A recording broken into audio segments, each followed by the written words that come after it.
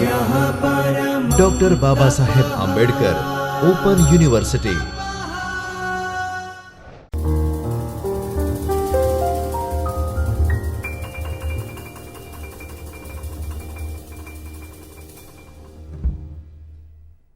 સૌને નમસ્કાર। હું doctor Vipin Makwana, doctor Baba Saheb Ambedkar open યુનિવર્સિટીના ચૈતન્ય સ્ટુડિયોમાં આપ સૌનું સ્વાગત કરું છું। મિત્રો, અગાઉના લેક્ચર્સમાં આપણે સંશોધન એટલે શું, સંશોધનની વિસ્તૃત વિભાવનાના સંદર્ભમાં આપણે ખૂબ વિગતવાર ચર્ચા કરી છે। આજે આપણે સામાજિક સંશોધનની વિભાવનાને સ્પષ્ટ કર્યા પછી સામાજિક સંશોધન એટલે શું, સામાજિક સંશોધન કોને કહેવાય, સામાજિક સંશોધનને આપણે ઓળખવું હોય તો એના વિવિધ લક્ષણો કે લાક્ષણિકતાઓ શું છે એના વિશેની ચર્ચા કરવાના છીએ। આ મુદ્દાની શરૂઆત કરતાં પહેલાં તમને સવાલ એ થાય કે આ મુદ્દાની ચર્ચા એક સમાજકાર્યના વિદ્યાર્થી તરીકે આપણે શા માટે કરવી જોઈએ। તો એના લર્નિંગ માટેના કેટલાક મહત્ત્વના મુદ્દાઓ છે, જે આ મુદ્દાની ચર્ચા જ્યારે આપણે કરીશું એના અંતે તમને કેટલાક સવાલોના જવાબ મળશે। વિવિધ મુદ્દાઓ જે આપણે શીખવા માટેનો આજના લેક્ચરમાં પ્રયત્ન કરવાના છીએ, એમાં સૌથી પહેલો અને મહત્ત્વનો મુદ્દો એ સામાજિક સંશોધન કોને કહેવાય તે જાણવા મળશે। વિવિધ લક્ષણોના આધારથી એ આપણે બહુ સાયન્ટિફિક રીતે કહી શકીએ કે આ જે પ્રક્રિયા થઈ છે, આ જે સંશોધન કાર્ય થઈ રહ્યું છે એ સામાજિક સંશોધન છે। બીજો મહત્ત્વનો મુદ્દો, સંશોધનની વિવિધ વ્યાખ્યાઓના આધારે સામાજિક સંશોધનના લક્ષણો વિશેની એ આપણને જાણકારી પ્રાપ્ત થશે। મિત્રો, સમાજકાર્ય સંશોધન, સામાજિક સંશોધનની આપણે વિવિધ વિદ્વાનોએ આપેલી વ્યાખ્યાઓ વિશે ચર્ચા કરવાના છીએ। એટલે એના આધારથી સામાજિક સંશોધનના અલગ અલગ પ્રકારના લક્ષણોના આધારથી આપણે સામાજિક સંશોધન કોને કહેવાય એટલે પ્રત્યેક લક્ષણો વિશે એ આપણને તમને વિગતવાર માહિતી અને જાણકારી પ્રાપ્ત થશે। ત્રીજો મહત્ત્વનો ઓબ્જેક્ટિવ એ સામાજિક સંશોધનને વૈજ્ઞાનિક દૃષ્ટિએ સમજવાની તક મળશે। કોઈ પણ સંશોધન એ વૈજ્ઞાનિક છે કે કેમ, આપણે જ્યારે આ સમાજકાર્ય સંશોધન અને આંકડાશાસ્ત્ર વિશે એટલે પહેલાં લેક્ચરથી જે આખી શરૂઆત કરેલી અને એમાં જે શરૂઆતના મુદ્દાઓમાં જે કેટલીક મહત્ત્વની અને પાયાની બાબતોની જે ચર્ચા કરેલી, એમાં સામાજિક સંશોધનને એ બધા મુદ્દાઓને સમજતા પહેલાં વિજ્ઞાન એટલે શું, વિજ્ઞાન વિશેની લાક્ષણિકતાઓથી માંડી એ આ વિષયના સંદર્ભમાં આપણે બેઝિક જાણકારી પ્રાપ્ત કરી છે। એટલે અગાઉની ચર્ચાઓને આપણે ઉપર લઈ જવા જ્યારે આપણે પ્રયત્ન કરી રહ્યા છીએ, ત્યારે આજના લેક્ચરના અંતે એ સામાજિક સંશોધન કોને કહેવાય એને જોવાનો એક વૈજ્ઞાનિક દૃષ્ટિકોણ એ આપણને પ્રાપ્ત થશે। એટલે બહુ મહત્ત્વનો મુદ્દો એ સામાજિક સંશોધનને વૈજ્ઞાનિક દૃષ્ટિએ એ આપણને સમજવાની તક મળશે। ચોથો મહત્ત્વનો હેતુ એ સામાજિક સંશોધનના વિવિધ લક્ષણો વિશેની વિગતવાર જાણકારી પ્રાપ્ત થશે। કેટલાક લક્ષણોના આધારથી આપણે કહી શકીએ કે આ સામાજિક સંશોધન છે કે કેમ। તો એને ઓળખવા માટે ના અલગ અલગ પ્રકારના જે લક્ષણો છે, જેની વિગતવાર ચર્ચા એ આપણે આ મુદ્દાની ચર્ચા પૂરી કરીશું કે તરત જ પ્રત્યેક લક્ષણો વિશે એ આપણે ખૂબ વિગતવાર માહિતી અને જાણકારી પ્રાપ્ત કરવાના છે। શીખવા માટેનો સૌથી છેલ્લો અને મહત્ત્વનો હેતુ એ સામાજિક સંશોધન વિશેની સમજ અન્ય સંશોધનને સમજવામાં ઉપયોગી થશે. એટલે સમાજ જીવનની વિવિધ ઘટનાઓના સંદર્ભમાં જ્યારે આપણે માહિતી અને જાણકારી લઈ રહ્યા છે તો એ વખતે સામાજિક સંશોધનની વિસ્તૃત વિભાવના આપણે સમજીશું. એના આધારથી અન્ય સંશોધનો, સમાજકાર્ય સંશોધન કોને કહેવાય કે બીજા બધા જે સામાજિક વિજ્ઞાનોમાં વિવિધ પ્રકારના સંશોધનો જે થઈ રહ્યા છે એ બધા સંશોધનોને સમજવા માટે પણ આજે જે મુદ્દાની ચર્ચા કરવાના છે એ મુદ્દાઓ આપણને એક યા બીજા રૂપે પૂરક મુદ્દાઓને સમજવા માટે ઉપયોગી થશે. એટલે મિત્રો, બરોબર કાળજી આ લેક્ચર્સ જ્યારે તમે સાંભળી રહ્યા છો ત્યારે બરોબર આ લેક્ચરના અંતે આવી મહત્ત્વની 5 બાબતો વિશેની જાણકારી આપણે પ્રાપ્ત કરવાની છે. એટલે આ 5 મુદ્દાઓના સંદર્ભમાં તમને વિગતે માહિતી અને જાણકારી મળે એવો પ્રયત્ન આજના લેક્ચરમાં આપણે કરવાના છીએ. સામાજિક સંશોધનની ઓળખ માટે કેટલીક બાબતો ખૂબ મહત્ત્વની છે. એટલે એમાં સૌથી પહેલાં જે સામાજિક સંશોધન માટે જે જરૂરી બાબતોમાં મહત્ત્વના જે મુદ્દાઓ છે એમાં સૌથી પહેલો મુદ્દો એ સમસ્યાની ઓળખ. સમસ્યા શું છે તેના વિશેની જાણકારી એ જરૂરી છે. એટલે કોઈ પણ વિષય ઉપર જ્યારે આપણે સંશોધન કાર્ય હાથ ધરીએ છીએ અથવા એના વિશે માહિતી કે જાણકારી મેળવવાની શરૂઆત કરીએ છીએ એ વખતે આપણે જે સમસ્યાઓ ઉપર કામ કરવાનું છે એ સમસ્યા વિશેની ઓળખ, એના વિશેની જાણકારી, એના વિશેની કેટલીક માહિતી એ એક સંશોધક તરીકે આપણને હોવી જરૂરી છે. એટલે કોઈ પણ વિષય ઉપર એ આડેધડ એ સંશોધક કામગીરી ન કરી શકે. પણ સમાજ કાર્યનું ક્ષેત્ર ખૂબ વિશાળ છે. આપણે વારંવાર શરૂઆતની ચર્ચાઓમાંથી જે બાબત પર આપણે સૌથી વધુ ભાર મૂકીએ છીએ એ સમાજ કાર્ય ખૂબ વિસ્તૃત અને વિશાળ વિષય છે. જ્યાં વ્યક્તિ છે ત્યાં સમસ્યાઓ છે અને સમસ્યાઓ છે ત્યાં સામાજિક કાર્યકર છે.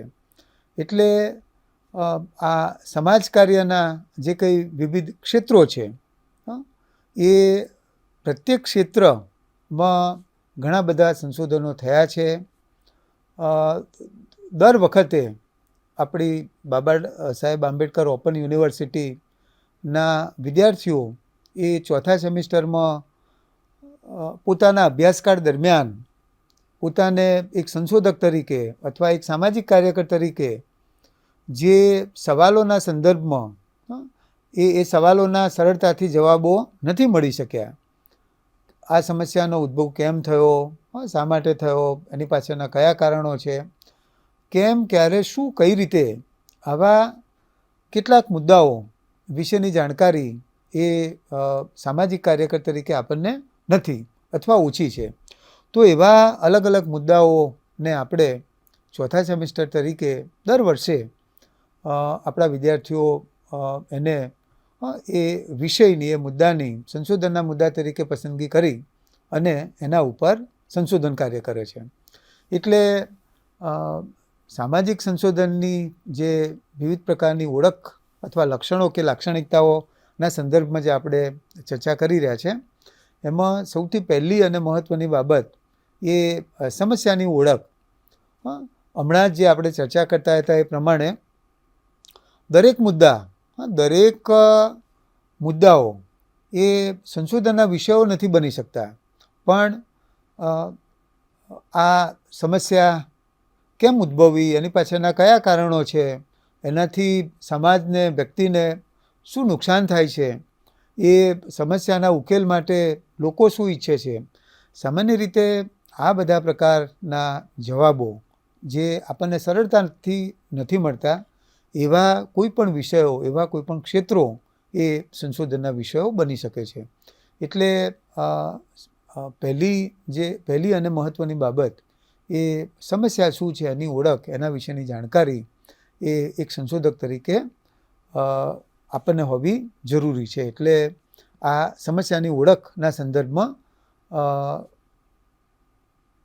આ મુદ્દા ઉપર સૌથી વધુ ભાર આપવાની વાત એ સામાજિક સંશોધનમાં કરવામાં આવેલી છે. એટલે આ પહેલું અને મહત્ત્વનું લક્ષણ એ સમસ્યાની ઓળખ.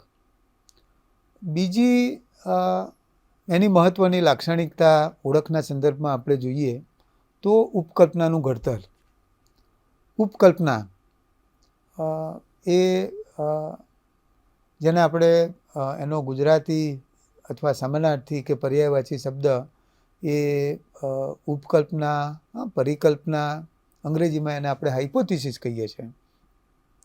તો ઉપકલ્પના એટલે પ્રશ્નસૂચક વાક્ય કે જેની આપણે સત્યતા ચકાસવાની બાકી છે, બરાબર. તો આવું કોઈ પણ વિષય ઉપર જ્યારે સંશોધક કામ હાથ ધરે છે એની પહેલાં જે તે સમસ્યાના સંદર્ભમાં કેટલાક કામચલાઉ ખ્યાલો એ બાંધે છે. દાખલા તરીકે હું ખેડૂતોના સંદર્ભમાં અભ્યાસ કરતો હોઉં તો ખેડૂતોની જો વાત હોય તો સૌથી પહેલાં એના મારો હેતુ એ ખેતીને લગતો હોવ તો ખેતીના સંદર્ભમાં કે ભાઈ ઉત્પાદન પ્રક્રિયામાં ખેડૂતોને પૂરતા ભાવો મળતા હશે, જે આવક પ્રાપ્ત થાય છે એનાથી ખેડૂતોનું ગુજરાન એ સારી રીતે ચાલુ શકતું હશે, ખેતીમાં કુટુંબના વડીલ એટલે મોટા વ્યક્તિ સિવાય કુટુંબના બીજા બધા સભ્યો પણ એમાં સામેલ હશે, ખેતીની સાથે ખેડૂતો પશુપાલન પણ કરતા હશે. એટલે આવું બનતું હશે, આવું થતું હશે એવા કામચલાઉ કેટલાક વિધાનો એ સંશોધન કરતાં અગાઉ એ સંશોધક એ પોતાના મનમાં એ જે તે સમસ્યાના સંદર્ભમાં, જે તે મુદ્દાના સંદર્ભમાં જુદા જુદા ખ્યાલો એ બાંધે છે. એટલે આ જે અલગ અલગ જે મુદ્દાઓ છે એ સંશોધનમાં ઉપકલ્પનાના રૂપમાં એક હાઇપોથિસિસ બાંધે છે સંશોધક. એના આધારથી એને બેઝ બનાવી એ ઉપકલ્પનાના સંદર્ભમાં એ ઉપકલ્પના સાચી છે કે કેમ, સાચી છે તો કેટલા અંશે સાચી, તો એ બધા મુદ્દાઓ એ વિવિધ ઉપકલ્પનાઓની ચકાસણી સંશોધક એ સંશોધનના અંતે કરે છે. એટલે આવી ખેડૂતોની વાત હોય, પશુપાલકોની વાત હોય, સમાજ જીવનના વિવિધ પ્રકારના જે કંઈ મુદ્દાઓ છે, કોઈ પણ સંશોધન કરતાં પહેલાં એ સંશોધક માટે એક મહત્ત્વની બાબત છે એ આ ઉપકલ્પના. અને ઉપકલ્પના ના સંદર્ભમાં આપણે હવે પછીના લેક્ચર્સમાં પણ બહુ વિગતવાર ચર્ચા કરવાના છે. જ્યારે એ મુદ્દો અલગથી ભણાવવાનો આવશે એ વખતે એક સંશોધનનું શીર્ષક, એના હેતુઓથી લઈ અને એ સંશોધન વિષયની ઉપકલ્પના શું હોય, કઈ રીતે ઉપકલ્પનાનું ઘડતર થઈ શકે, એના વિશે આપણે વિગતે ચર્ચા અને વાત એ પછીથી કરીશું. પણ સામાજિક સંશોધનની ઓળખ માટે આ બીજું મહત્ત્વનું લક્ષણ એ ઉપકલ્પનાનું ઘડતર એ ખૂબ જરૂરી છે.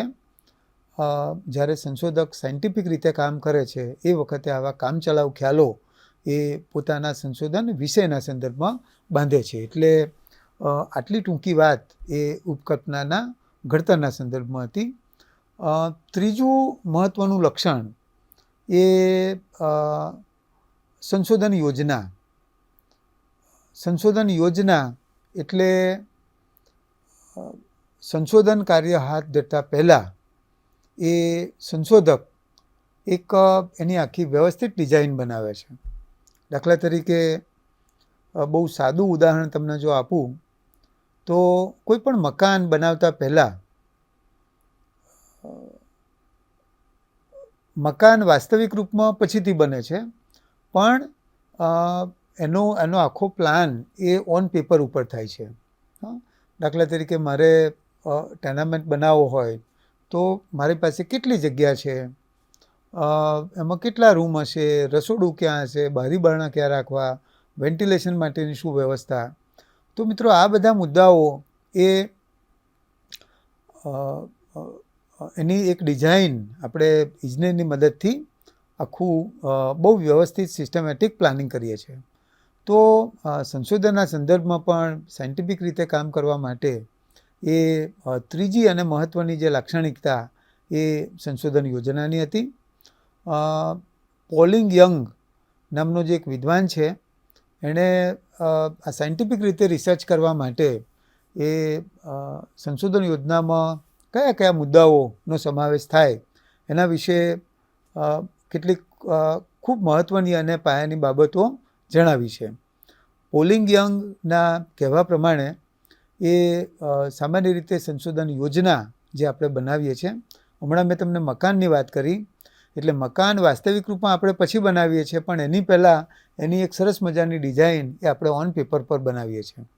આ પણ એ ઉપકલ્પનાની માફક એક કામચલાઉ ખ્યાલ છે. એમાં જે કંઈ ફેરફાર સુધારા વધારા કરવા હોય એ ફેરફાર અથવા સુધારાને અવકાશ હોય છે. એટલે આ સંશોધન યોજના એ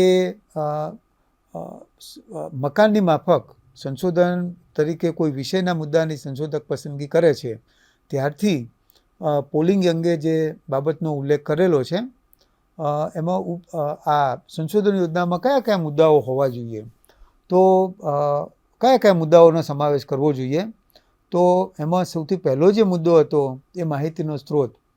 તમે એક સંશોધક તરીકે તમને માહિતી ક્યાંથી પ્રાપ્ત થશે, એનું મૂળ શું હશે, અભ્યાસનું સ્વરૂપ, તમારો અભ્યાસ તમે જે કરી રહ્યા છો એ કયા પ્રકારનો હશે, તમે જે અભ્યાસ કરી રહ્યા છો તમારા જે અભ્યાસનો જે વિષય છે એના શું હેતુઓ, એના શું ઉદ્દેશો છે, એના પછી સામાજિક સાંસ્કૃતિક સ્પષ્ટતા, કેટલા વિસ્તાર પૂરતો એ તમારો અભ્યાસ હશે, એમાં સામાજિક અને સાંસ્કૃતિક બાબતોના સંદર્ભમાં પણ એક સ્પષ્ટતા જરૂરી છે. બીજો મહત્ત્વનો મુદ્દો એ ભૌગોલિક વિસ્તારની સ્પષ્ટતા. દાખલા તરીકે હું ગુજરાતમાં અત્યારે સ્પેશિયલ ઇકોનોમિક ઝોન સેજ એ ઘણા બધા વિસ્તારોમાં આવી રહ્યા છે. તો એક સંશોધક તરીકે હું સેજનો અભ્યાસ કરતો હોઉં તો ગુજરાતના દરેક જિલ્લાઓમાં સ્પેશિયલ ઇકોનોમિક ઝોન છે જેમાં બહુ મોટા પાયે જમીનોનું સંપાદન થઈ રહ્યું છે. તો ગુજરાતના અલગ અલગ વિસ્તારો પૈકી એક સંશોધક તરીકે હું આખા ગુજરાતના 33 જિલ્લાઓમાં કામ કરવું છે મારે, કે 33 જિલ્લાઓ પૈકી એ મારે અમુક જિલ્લાઓમાં કામ કરવું છે. એટલે એની ભૌગોલિક શું મર્યાદા છે, એ મૂળ ઓબ્જેક્ટિવના આધારથી એ સંશોધક તરીકે એની સ્પષ્ટતા સાથે કે ભાઈ આ 33 જિલ્લાઓ પૈકી મારા અભ્યાસનું ક્ષેત્ર એ અમુક જિલ્લાના અમુક જે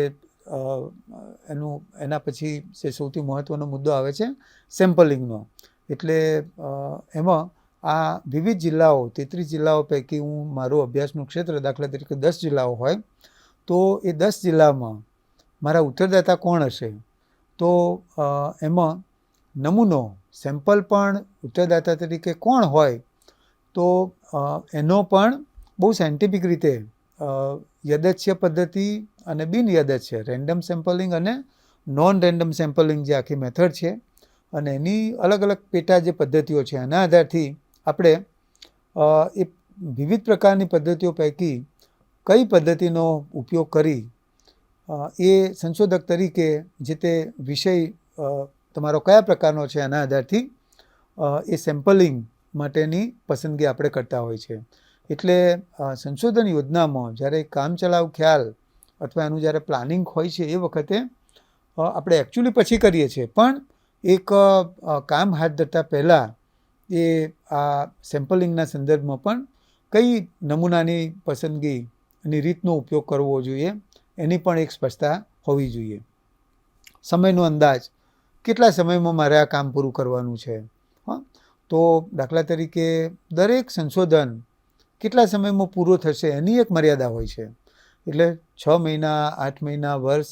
દાખલા તરીકે તમારે સ્ટુડન્ટ્સ તરીકે કામ કરવાનું હોય તો એવા કેસમાં 3જા સેમેસ્ટરમાં તમે સમાજ કાર્ય સંશોધન અને આંકડાશાસ્ત્રના એક વિષય તરીકે ભણો છો અને 4થા સેમેસ્ટરમાં તમારે એક લઘુશોધ નિબંધ એ તૈયાર કરવાનો હોય છે.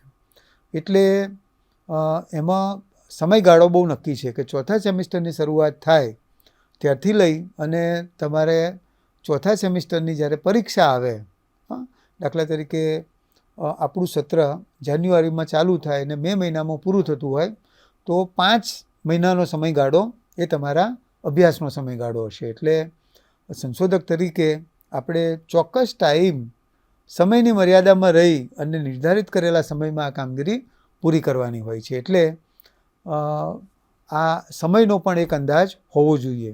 એટલે કયું કામ ક્યારે થશે એનો પણ ખ્યાલ આવે. દાખલા તરીકે સંશોધન યોજના બનાવવાની હોય તો વિષયની પસંદગી થયા પછી 10 દિવસ એ સંશોધન યોજના માટે, એના પછી ડેટા કલેક્શન માટે પ્રશ્નાવલી કે અનુસૂચિ બનાવવાની હોય તો 10 દિવસનો સમય એ અનુસૂચિ બનાવવા માટે.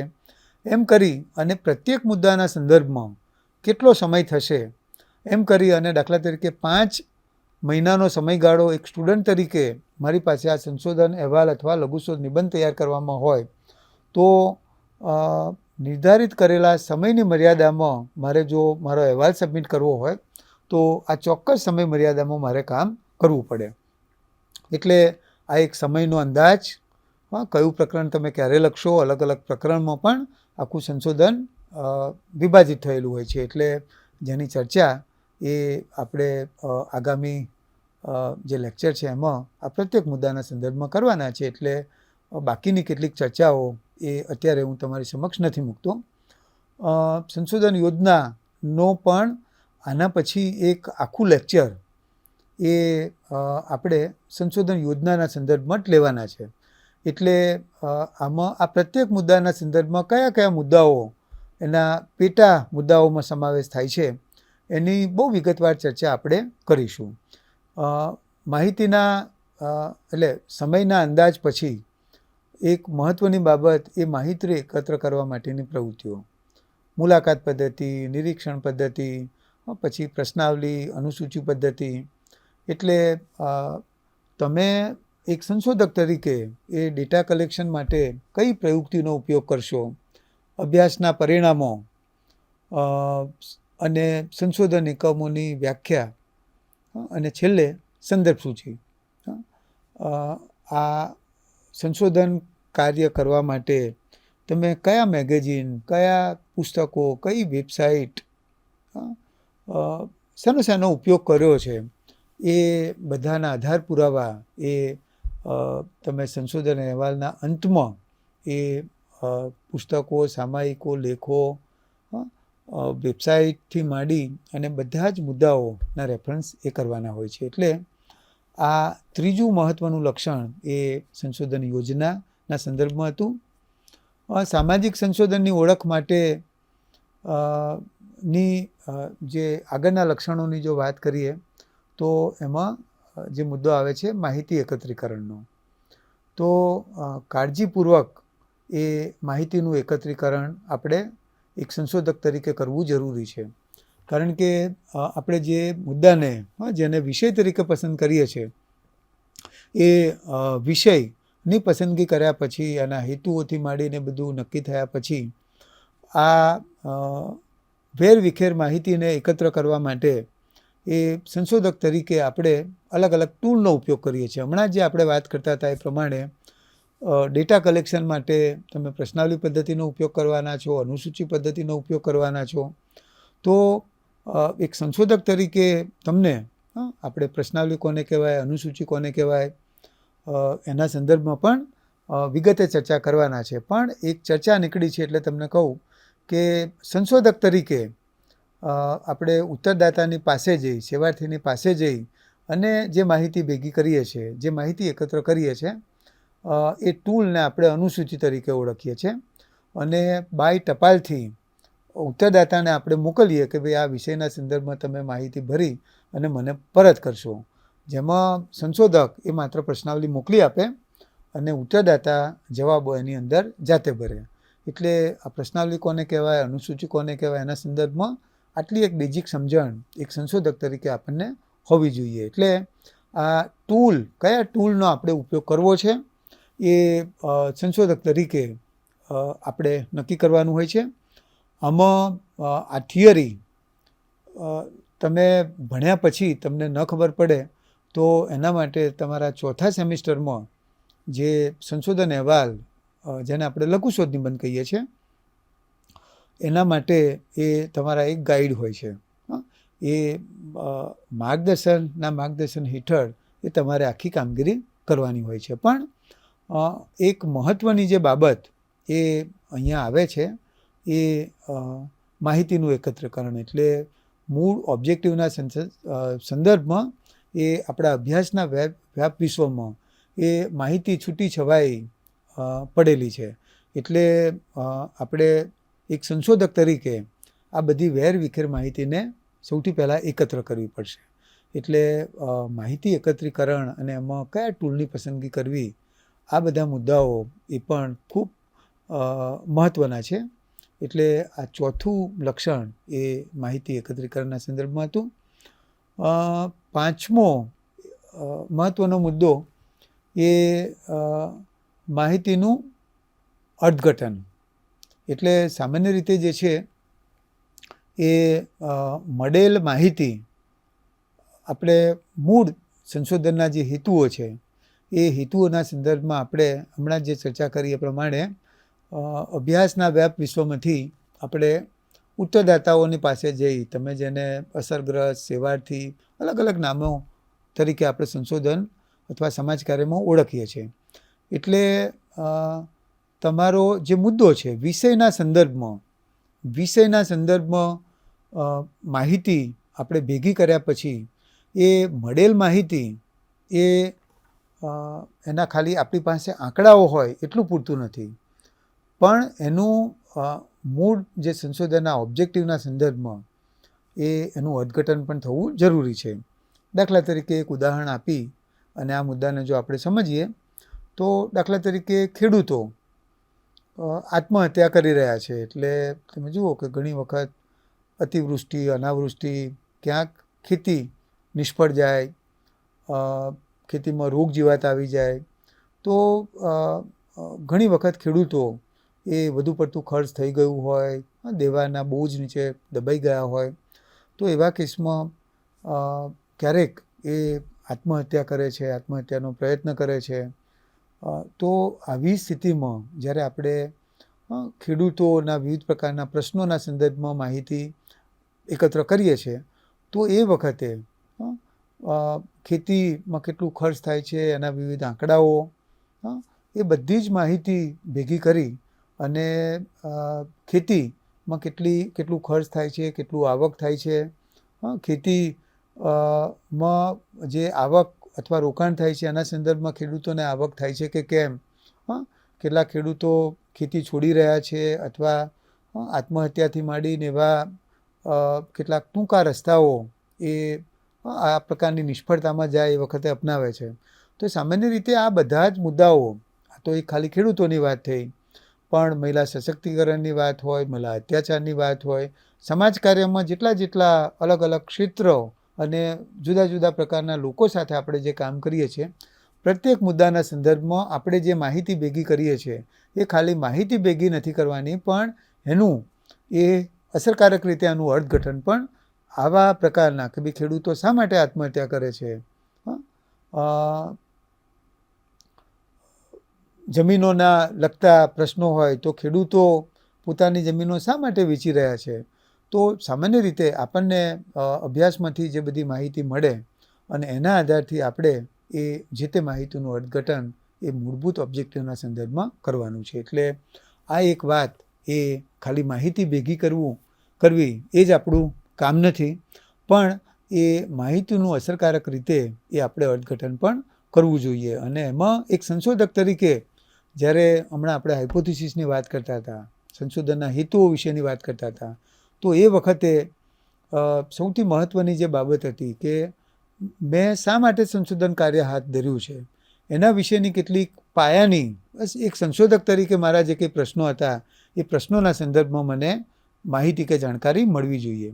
છેલ્લો અને સૌથી મહત્ત્વનો મુદ્દો એ સામાન્યકરણ. ખાલી માહિતી ભેગી કરીએ, એનું અર્થઘટન કરીએ એટલું પૂરતું નથી. સામાન્યકરણ એ પણ જે છે એ સામાજિક સંશોધનની ખૂબ મહત્ત્વની લાક્ષણિકતા છે. સામાન્યકરણ એ ખૂબ મહત્ત્વનો શબ્દ છે. આ શબ્દ આપણી વચ્ચે આવ્યો છે એટલે એનો અર્થ પણ આપણે એક સમાજ કાર્યકર તરીકે સમજવો જરૂરી છે. એક ઘટનાનો અભ્યાસ કરીને તારવવામાં આવેલા તારણો આપણે એ જ પ્રકારની ઘટના પ્રત્યેક મુદ્દાના સંદર્ભમાં આપણે કંઈ માહિતી કે જાણકારી દરેક વખતે પ્રાપ્ત કરવી જરૂરી નથી, પણ કોઈક એવી એક ઘટના કે પ્રસંગ બન્યો હોય એના વિશે વિસ્તૃત વિશાળ અભ્યાસ કર્યા પછી એ જ પ્રકારની ઘટના કોઈ બીજી જગ્યાએ ઘટે તો આ અભ્યાસના જે કંઈ તારણો આવેલા એ તારણોને આપણે એ ઘટનાના કંઈક ઉકેલ માટેની વાત કરતા હોય તો એ તારણો એ વિસ્તાર માટે પણ લાગુ પાડી શકાય. એટલે સામાન્ય રીતે જે છે એ છેડતીની વાત હોય, બળાત્કારની વાત હોય, ગુનાખોરીની વાત હોય, ગરીબીની વાત હોય, ગરીબીના ઉકેલ માટેની વાત હોય તો સામાન્ય રીતે કેટલાક અભ્યાસો એ ગુજરાતના, એટલે દાખલા તરીકે ગુજરાતની ગરીબીના સંદર્ભમાં વાત કરતા હોય તો અલગ અલગ પ્રકારના અર્થશાસ્ત્રીઓ કેટલાક વિસ્તારનો અભ્યાસ કરે છે અને પછી અમને ખ્યાલ આવે કે ભાઈ આ ગરીબીના નિર્મૂલન માટે આવું થઈ શકે. તો એના માટે પ્રત્યેક વ્યક્તિ કે દરેક જિલ્લા કે દરેક તાલુકા કે દરેક અસરગ્રસ્તને પૂછવાની જરૂર નથી. પણ સૌથી મહત્ત્વની બાબત એ આ છે કે એક અભ્યાસના તારણો એ જ પ્રકારની જો બીજી ઘટના હોય તો એને આપણે લાગુ કરી શકીએ છીએ. તો એ આખી પ્રક્રિયાને સામાન્યકરણ કહીએ છીએ. એટલે મિત્રો આ ખૂબ મહત્ત્વની બાબત એ સંશોધનમાં છે.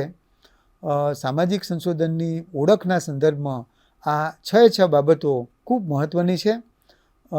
આ લેક્ચરની શરૂઆત જે કરી અને એ વખતે 5 મહત્ત્વના મુદ્દાના સંદર્ભમાં આપણે જે વાત કરી હતી, મને વિશ્વાસ છે કે મિત્રો આપણે આ જ મુદ્દાને અલગ અલગ દલીલો, દાખલા, ઉદાહરણો સાથે સમજવાનો પ્રયત્ન કર્યો છે. એટલે શરૂઆતમાં શા માટે આ મુદ્દાનો અભ્યાસ કરી રહ્યા છે એના વિશેની 5 મહત્ત્વની જે બાબતો વિશે મેં તમને વાત કરી હતી એ 5 સવાલો, લર્નિંગ માટેના જે કંઈ મુદ્દાઓ હતા એના વિશેની તમને માહિતી કે જાણકારી મળી ગઈ હશે એટલા વિશ્વાસ સાથે આજનું લેક્ચર અહીંયા પૂરું કરું છું. સૌનો આભાર. ધન્યવાદ. સ્વાધ્યાયઃ પરમ